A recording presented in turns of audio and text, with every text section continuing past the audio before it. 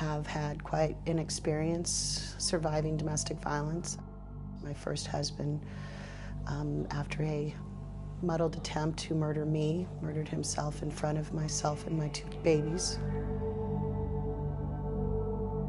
which brought me to my second husband. He was the most exciting man I'd ever met in my life. From that day on, I knew that things weren't going to be okay.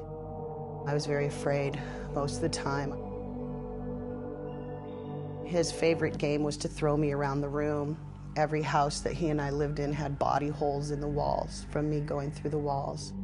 He would come home from drinking or drugging all night long and pull me out of bed. He became very, very physical. Several windows broken with my head. He liked to rub my face in the carpet like I'd been a dog that had made a mess. He would come home and grab me or shove me or rape me. A lot of the abuse between Rick and the children took place while I would be at work.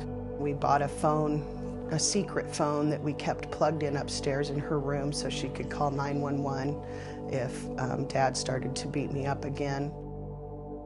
I was probably battered 112 times in 10 years.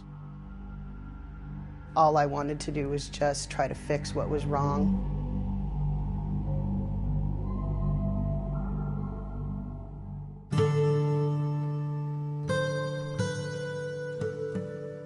I remember the day that I knew that it was either going to be my life or my marriage.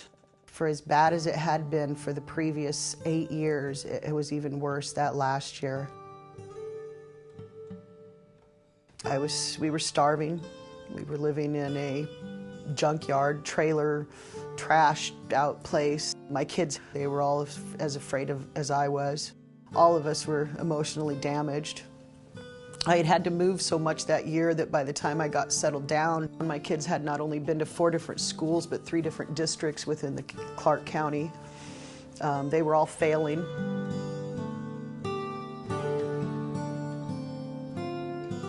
I was making stale toast for dinner for the 3rd time that week. That was all the food we had in the house. Rick came home and he was furious because I didn't want to give him any money. He started screaming and yelling and ranting and raving. Jenny came and literally got in between us and started pleading with Rick. She was screaming for Daddy to stop, and he was so strong. You know, it was always like, you know, like you'd just flick a fly. I mean, it was just nothing for him. Very casually, he just swept her away and she flew into the chair. One fell swoop, all of a sudden I was on the ground and my face was being rubbed into the carpet. He picked me up by my shirt and threw me across the living room, and it was about a 8-foot, 10-foot space that I flew. I remember thinking to myself, oh my God, he almost killed me. And her brother came screaming down the stairs. He jumped on Rick's back. I heard flesh hitting flesh. I saw my son fly across the living room above me.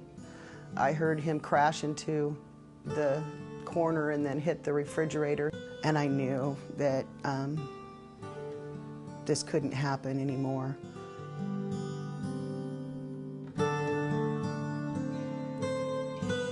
Somebody about a week before had given me a phone number and an address to a place called the YWCA. I'd never heard of them before. I walked that day from the end of St. John's all the way to downtown Vancouver. I was so afraid that he would kill me. Every car that ever got behind me on the road was him. Every person with dark hair was him. It took me about 2.5 hours, and I was really sore, and I was really scared.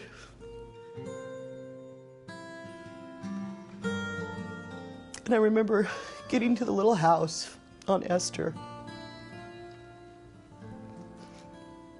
And the little old lady that was sitting at the desk took one look at me, and she came out around the desk. And she helped me sit down.